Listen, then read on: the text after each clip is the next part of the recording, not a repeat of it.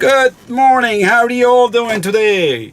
Well, what's around the corner? Do we have Christmas coming up? And I know you guys are wondering, what are we going to do for holidays and for Christmas? Well, I am going to explain you this. Christmas is right around the corner. That's correct.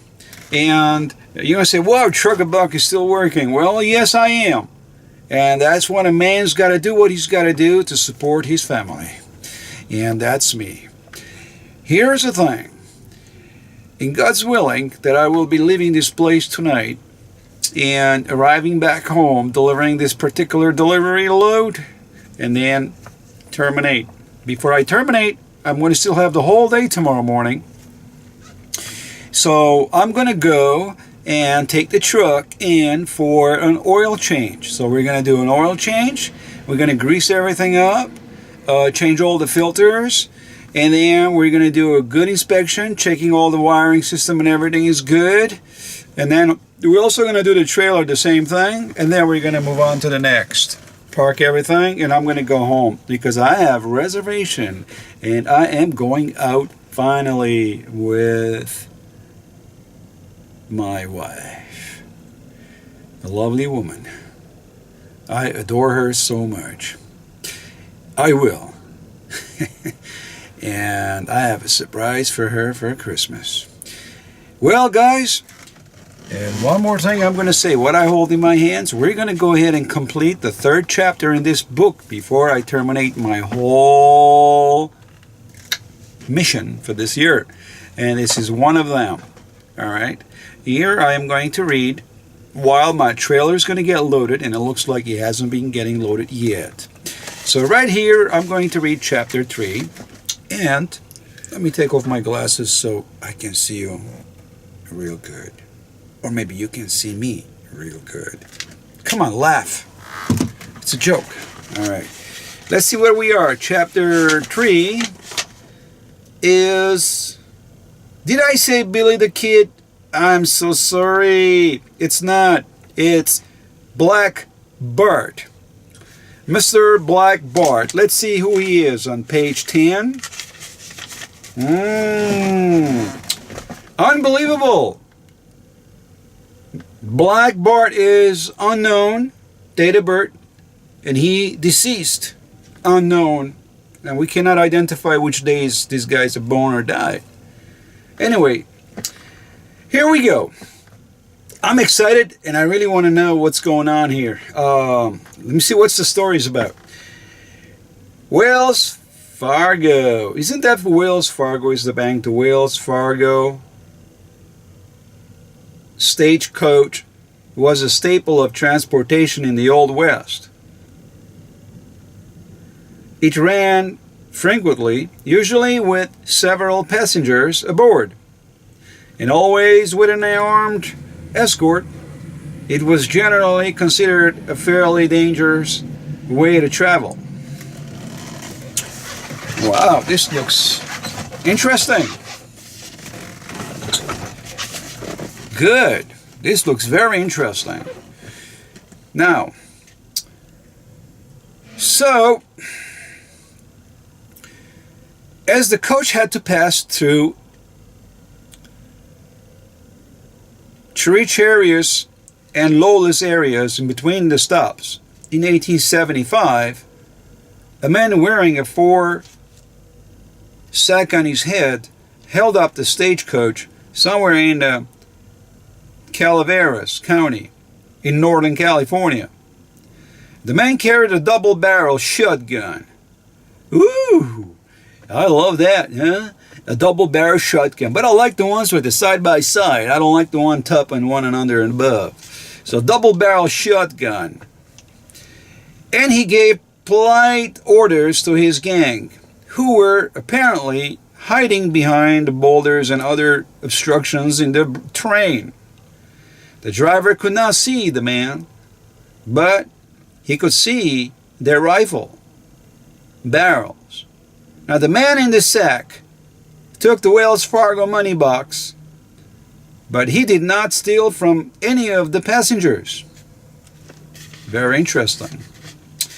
When the stage reached its destination, the driver wired Wells Fargo, the bank, dispatched its private police force to the scene of the crime. They discovered that rifle barrels were merely propped up sticks, and they found a poem on the ground, apparently written by the bandit. And the poem was signed Black Bart, P.O.-8.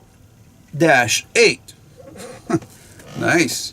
So, I don't know what's so nice about it, but let's all say it. Nice. They could not turn up no leads, so however, they decided to detain the driver for questioning, but he was released when another stage was robbed by a man fitting Black Bart's description.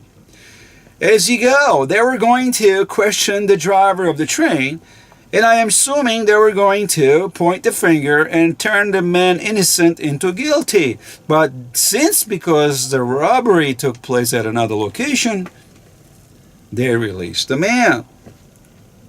So, once again, Black Bart description the following week, the private police investigation, and this crime also, and they found another poem signed by Black Bart. No expense was spared in trying to catch the bandit, although he had only stolen $700. Back in 1870s, $700.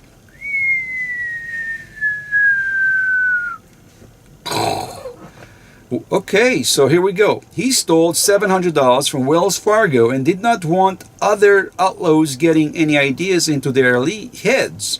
So what he did was, the bank hired some of the best criminal investigators of the time, and they even posted an $800 reward.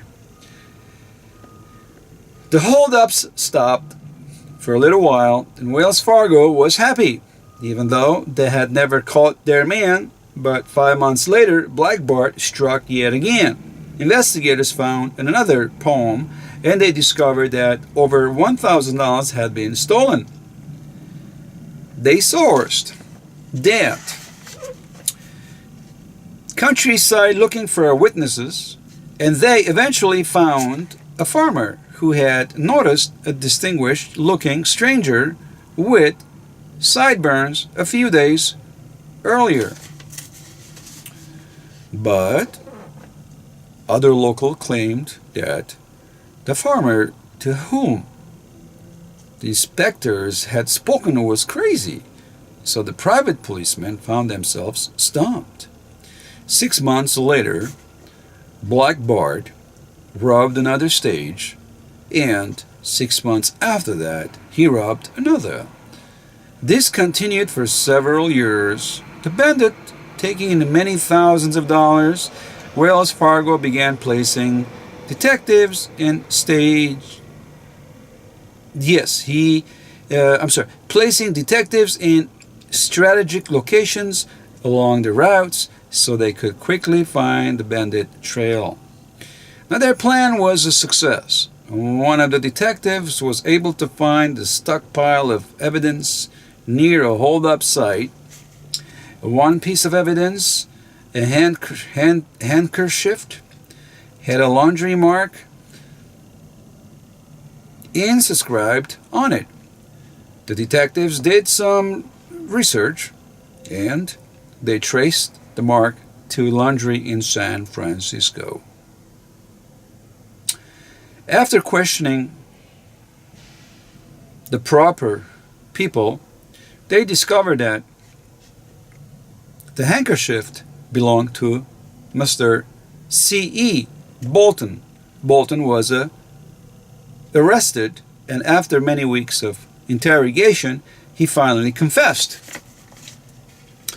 Because he gave back almost all of the money he had stolen, he had spent just $200 of it. He only went to jail for a few years.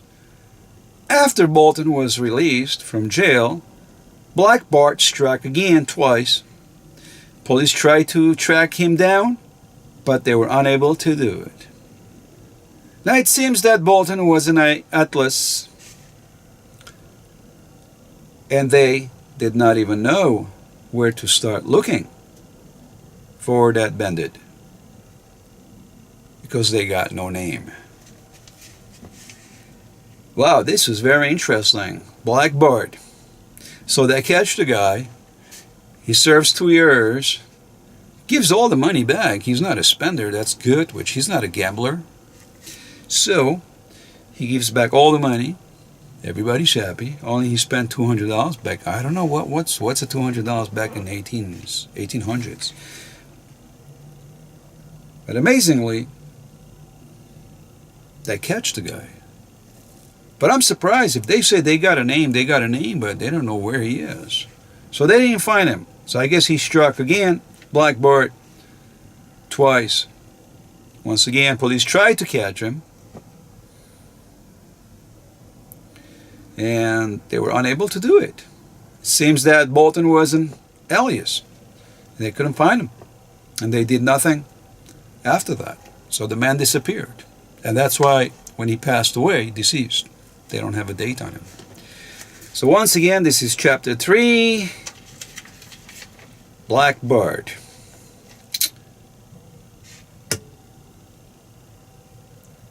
Well, guys, I hope you enjoyed. It's an 1875 story that happened. You all take care of yourselves. And I will catch you later when I'm done with this load. And one last shot of this video. We're all going home with our whole family and enjoy the Christmas. Once again, we made it another year. So we should give ourselves a credit. And let's make the end with a happy ending. Until then, folks,